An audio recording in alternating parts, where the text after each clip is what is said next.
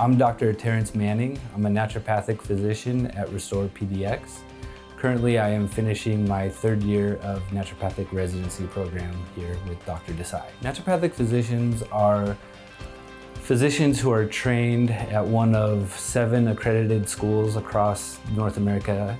We focus on trying to stimulate the body's own innate processes to achieve optimal health and good health outcomes.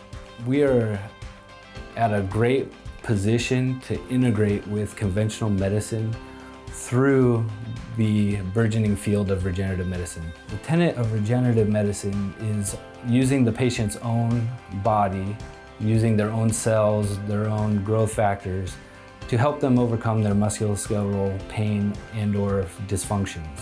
As a naturopath, we try to work with the healing power of nature, and there's nothing more natural than one's own cells. If you think about conventional orthopedics, orthopedic surgery, generally they treat the body as a machine. And when you treat the body as a machine, you lose sight of the fact that the body has the ability to heal itself. We see that every day when we get a minor cut or injury, that through blood flow and time, the body can heal. As a naturopath, we work with that, try to optimize that, and allow for non-surgical healing of complex ligament, tendon, and joint issues.